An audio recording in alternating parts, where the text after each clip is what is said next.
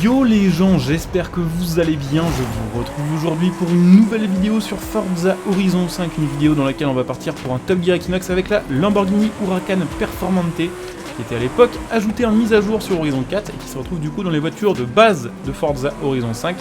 Du coup, vu qu'en ce moment on a beaucoup de supercars et de hypercars ajoutés sur le jeu, surtout bizarrement du côté des italiennes avec encore une nouvelle Lamborghini qui arrive en DLC dans les jours à venir, je me suis dit que c'était le bon moment pour tester ces voitures là sur le Top Gear Equinox. Surtout que dans quelques jours on va avoir la Lamborghini Huracan Evo qui arrive sur le jeu. Elle est censée être plus performante que la Performante. Et que si on veut donner sa chance à la Performante sur le Top Gear Equinox, d'être peut-être voilà, pendant quelques temps dans le top 10 des meilleures voitures du jeu, que ce soit de série ou avec les améliorations, je pense qu'il faut pas trop tarder à la tester parce que même si sur le papier elle a on va dire des bonnes statistiques, une bonne puissance, un bon poids et voilà, des bonnes performances, eh bien il y a quand même beaucoup plus rapide sur le jeu. Donc c'est maintenant ou jamais entre guillemets pour la tester. Et du coup je me suis dit plutôt maintenant que jamais tout simplement. Donc Huracan Performante qui est tout simplement une version améliorée de l'Huracan classique avec un appui retravaillé, donc techniquement une tenue route à haute vitesse plus importante, améliorée. Un moteur un peu plus gros, enfin techniquement c'est le même moteur, c'est le V10 5.2, sauf que la puissance passe à 640 chevaux. Et une voiture un peu plus légère aussi qu'une Huracan classique. Du coup on a le 0 à 100 qui se fait en 2 secondes 9. Ce qui n'est pas éloigné au final d'une Aventador SVJ qui fait 2 secondes 8, et une vitesse de pointe aux alentours des 330, alors qu'une SVJ fait 350. Donc c'est pas si éloigné que ça. En fait on a une supercar qui a quasiment des perfs d'hypercar, et c'est pour ça qu'on la teste aujourd'hui sur le Top Gear Equinox, voir un petit peu de quoi elle est capable niveau chrono. Alors je me fais pas d'illusions, je ne fais pas trop d'idées non plus, je pense que d'origine elle va pas y être, mais je pense qu'avec les améliorations, vu qu'elle est assez légère et que en plus de ça, une des meilleures voitures du jeu est la Sesto Elemento, ça peut très bien, avec les améliorations, être une très très bonne voiture. Sachant qu'une Sesto Elemento, au final, c'est pas si éloigné d'une Huracan, hein, c'est une Huracan en carbone en fait, donc le châssis est pas si différent. On a effectivement un peu plus de poids, mais dans mes souvenirs sur Horizon 4, c'était plutôt une bonne bagnole quand même. Que ce soit le Huracan d'ailleurs ou le Huracan Performante. Intérieur que j'aime pas trop, par contre je suis honnête avec vous, mais même si bon je trouve que le Huracan Performante est plutôt joli, plus joli qu'une Huracan. C'est vrai que comme je le disais récemment dans la vidéo où je parlais de la SVJ, chez Lambo je suis plutôt un fan des anciennes générations, surtout ce qui était Diablo et Murcielago, surtout la SV. J'ai jamais été trop fan on va dire de la ligne V10, on va dire la ligne supercar de chez Lamborghini, je suis plus on va dire dans la ligne hypercar avec les gros V12. J'ai jamais été trop fan de la Gallardo et de la Huracan parce que j'ai trouvé un peu trop douce à part certaines versions voilà, de certains préparateurs. Et du coup, l'avantage de la série Performante, c'est que vous avez tous les panneaux de carrosserie qui sont retravaillés en fait. Du coup, même si c'est le même moteur, que c'est un V10, que c'est peut-être un peu moins luxueux entre guillemets qu'un V12, ça reste une caisse qui est très performante, qui a en plus, on va dire, un look assez stylé. Voilà, franchement, je la trouve bien plus jolie qu'une Huracan classique celle-ci. Bon, après, niveau chrono, je vous avoue que ça va être quand même compliqué pour elle. Faut voir. Peut-être qu'on aura une bonne surprise, mais c'est franchement plus avec les améliorations que j'en espère quelque chose, que là, full stock, à mon avis, ça va être un peu chaud pour elle. 330 en VMAX, ça commence à être tendu. C'est beaucoup en vrai, mais sur Horizon 5, pour être dans les meilleures voitures du jeu, c'est pas tant que ça. À vérifier, mais je crois que celle-ci, elle est 4 roues directrices aussi. Je dis peut-être une bêtise, mais il me semble que celle-ci les a, contrairement à la Huracan normale, qui me semble n'a que les roues avant directrices. Ce qui est déjà pas mal. Donc voilà, on va voir un petit peu ce que ça donne niveau chrono final. Je crois que ça va être pas si mal vu son indice performance, mais ça va pas être non plus si dingue que ça, puisqu'on fait 3,41 et on n'est pas si loin en fait d'être sur le chrono. En fait on est même devant une Aventador SV. Je voulais dire on n'est pas loin d'être sur le chrono d'une SVJ, on est 6 secondes derrière, on est 1 seconde devant une Aventador SV. Moins puissante mais plus légère. Donc c'est parti, on va regarder un petit peu les améliorations, et dessus on a des swaps dispo, on a le V12 Solid 5, donc autant vous dire que celle-ci en V12 Solid 5 ça va être assez énervé. Elle est déjà en 4 roues motrices de base, donc là à ce niveau là on ne pourra pas encore l'améliorer. Et puis on va d'abord, comme d'habitude, la tester sans swap, et en troisième partie vidéo, évidemment on testera avec les swaps, voir un petit peu ce que ça peut donner. Donc déjà sans swap, ah oui! Quand même, on est à 1336 chevaux, je m'attendais pas à ce que le V10 5.2 sorte autant. Il me semble que sur Horizon 4, elle faisait moins de 1000 chevaux avec les améliorations sur ce moteur-là, on va dire sans swap. Ce qui du coup me paraît assez énorme, et l'avantage, peut-être par rapport au swap V12, c'est qu'on aura certainement une caisse plus légère en V10 qu'en V12. À vérifier, de toute façon on testera ça un peu plus tard dans cette vidéo, mais elle a un super indice perf en fait. Elle est beaucoup plus haute en fait que ce que je pensais en termes d'indice perf. puisqu'on va la monter facile en top S2, voire même en X, je pense, avec le kit Forza. Donc plutôt pas dégueu du tout en fait. Je m'attendais pas à ce qu'elle soit aussi vénère. La Huracan de base en fait sur ce jeu elle va pas vraiment très haut en indice perf, mais là c'est vraiment pas mal. On peut gagner un petit peu de points en changeant les jantes, bon même si celles-ci sont moins stylées on gagne 8 kg. Et puis on a bien sûr le kit Forza qui nous fait passer en X. Et qui nous fait passer surtout de 1,56 à 1,62, donc ça c'est plutôt pas mal, clairement ça fait gagner pas mal d'indice perf. Et même jusqu'à 1,69 avec le kit Forza entier, qui est moche, on est d'accord, mais qui fait le taf. Donc c'est parti, je vais régler ça vite fait, et puis on va aller tester tout ça. Donc c'est parti, ce coup-ci avec la Huracan Performante en V10, avec toutes les améliorations au max. Après on testera évidemment avec le V12 de la Ventador SVJ, qui devrait permettre de faire encore un meilleur chrono, ou en tout cas un chrono similaire, avec peut-être plus de Vmax et un peu moins de grip. On verra, en tout cas déjà on va se concentrer pour essayer de faire du mieux qu'on peut avec le Huracan Performante, qui est énervé comme jamais. Hein. Elle est très OP, je pensais pas qu'elle l'était autant que ça. Donc ouais, je pense qu'on est capable de gagner au moins 15 à 20 secondes sur le chrono qu'on a fait full stock, sans souci. On est passé de, quand même, faut le dire, S2 830, il me semble, ou S2 870 plutôt, à X, alors qu'avec la SVJ, que j'ai testé il y a quelques jours, on était seulement passé en X, mais avec une caisse qui était en 898 de base. Donc avec, on va dire, un moins gros gap d'indice performance. Là, pour le coup, c'est assez élevé comme gap. Et la voiture a l'air d'être vraiment performante. Alors pour le coup, peut-être que là j'ai été un peu trop gourmand sur la vitesse. Elle a pas mal d'appui, mais elle en a moins que la SVJ par contre pour le coup. Je sais que je vais beaucoup comparer avec la SVJ, parce que bah, la SVJ est aussi une des Lamborghini modernes ajoutées sur le jeu. Et pour le coup, vu qu'elles sont, on va dire, à peu près dans le même indice performance, je trouve que c'est quand même cool de les comparer. Même si au final, il y en a une qui est plus en supercar et l'autre qui est plus en hypercar. Quand même, hein, pas dégueu du tout. Ça se trouve, la Performante va être plus rapide que la SVJ. Ce serait, on va dire, un peu scandaleux, mais plutôt assez fun. Et du coup, ça laisserait un espoir de ouf pour la Evo. La Evo pourrait peut-être encore être plus pété que ça. Donc c'est parti, petite ligne droite. Je pense qu'on va pas taper 400, mais on devrait choper pas loin, genre un petit 395 un peu vénère. Ou un truc comme ça. On va faire un peu de gameplay en vue extérieure, même si bon maintenant, avec le kit Forza, elle est quand même moins jolie. C'est clair. Hop. Et puis c'est reparti du coup pour la section de fin en mode virage. Elle freine bien aussi, franchement. Elle est assez légère.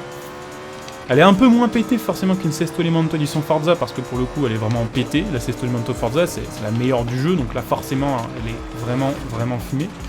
Mais la Performante est pas mal hein, quand même, faut se le dire. Bien plus rapide qu'une Huracan normale.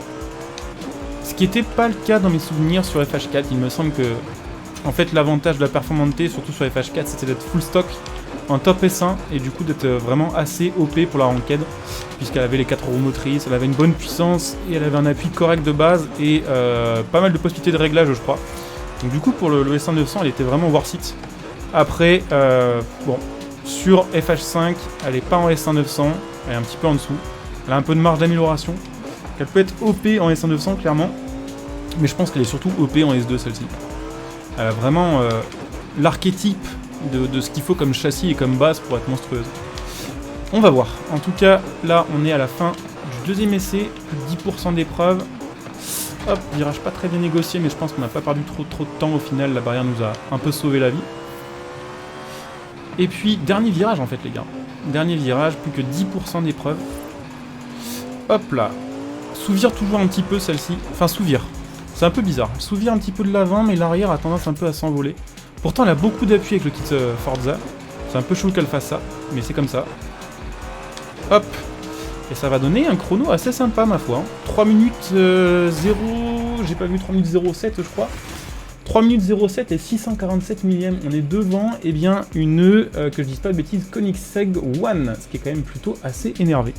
Donc 3,07 avec la Huracan Performante, on est 1 seconde et demie derrière une SVJ. Donc c'est parti pour le troisième test avec ce coup-ci la Lamborghini Huracan Performante swappée avec un moteur de Lamborghini Aventador première génération si je dis pas de bêtises. Alors pour le coup, amélioration qui a un côté positif et un côté négatif. Évidemment le côté positif c'est qu'on gagne 200 chevaux, on est environ à 1550 avec ce swap là, donc c'est quand même 200 chevaux de plus tout à l'heure, alors qu'on avait déjà 1300 chevaux, ce qui était déjà énorme. Par contre, pour le coup, ce moteur-là, forcément, fait augmenter un peu le poids général de la voiture, puisqu'on passe Il me semble de 1290 kg à 1370, donc on prend un tout genre 80 kg. Et du coup on a un petit peu moins en tenue de route, un peu moins en freinage et un peu moins en jeux latéraux qui sont une caisse un peu plus lourde.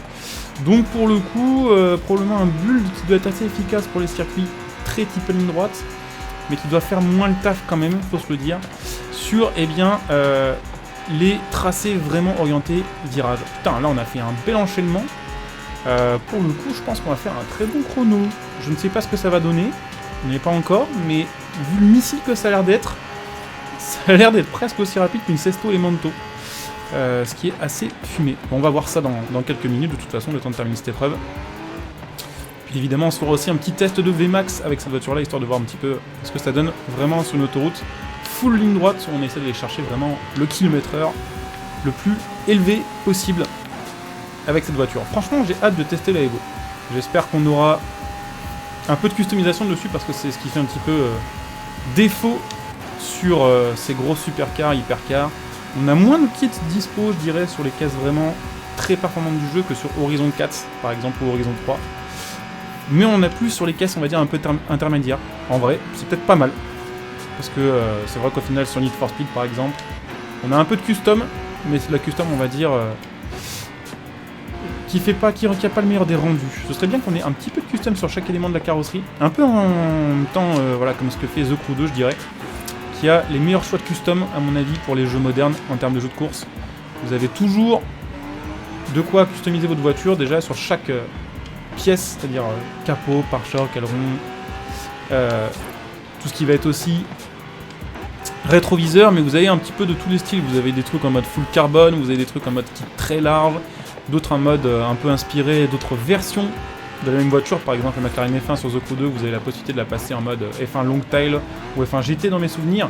Ça, c'est un truc que je kiffe. Et puis vous avez aussi, voilà, des petites customisations où c'est simplement les feux qui changent ou les grilles qui sont pas dans le même sens, par exemple.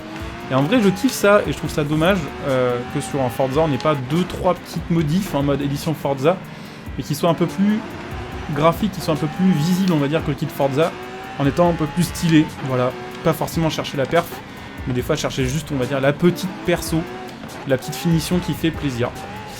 Et puis, ouais, pour le coup, effectivement, elle est beaucoup plus rapide en ligne droite, mais en fait, en virage, elle est pas terrible, en fait. Elle est moins intéressante, je dirais, à conduire que tout à l'heure. Du coup, on va faire un chrono assez similaire. Certainement un petit poil en dessous d'une SVJ. Au final, la SVJ avait quand même beaucoup plus en jeux latéraux. On fait 3,06, 884, on est effectivement genre 3 ou 4 dixièmes derrière une Aventador SVJ. Elle est quand même très rapide, clairement, celle-ci, mais elle n'est pas aussi rapide qu'une SVJ, forcément. En même temps, j'ai envie de dire heureusement, vu que la SVJ est censée être la gamme vraiment au-dessus. Ce que je vous propose avant de terminer cette vidéo, c'est de faire quand même un petit test de VMAX, voir un petit peu ce que ça peut donner. Donc c'est parti, on va se faire un petit test de VMAX avec le Huracan Performante avant de terminer cette vidéo, histoire de voir un petit peu de quoi elle est capable en ligne droite. Techniquement, avec ce moteur, c'est entre 440 et 450 km/h, vu qu'elle est assez légère, je pense qu'on peut tabler ouais, sur un 440. Les voitures trop légères sur ce jeu avec la physique de Forza Horizon vont moins vite en termes de VMAX, des caisses un peu plus lourdes, même avec un aéro, on va dire, un peu similaire. Donc ouais, à mon avis, là on est bien parti pour faire un petit 440. Avec une caisse qui était quand même sacrément performante en fait, ça donne on va dire de l'espoir pour la Evo, parce qu'au final avec la Performante on a fait presque aussi bien qu'une SVJ qui pourtant est vraiment plus récente et vient d'arriver sur le jeu et qui était plus hypante je dirais, pour pas mal de joueurs. Donc à voir ce que ça va donner, même si on a les mêmes améliorations, les mêmes possibilités et un châssis un peu plus efficace, il y a moyen que la Evo soit vraiment une super bagnole. Et puis bah du coup je vous le disais, on va arriver à la fin de cette vidéo, j'espère qu'elle vous aura plu, si c'est le cas bien sûr n'hésitez pas à laisser un like, à vous abonner, à partager cette vidéo, à commenter bien sûr aussi. Vous pouvez venir me rejoindre en live sur Twitch, donc n'hésitez pas à venir me follow pour ceux qui sont intéressés, ma chaîne sera en description et en top commentaire, voilà pour ma chaîne Twitch.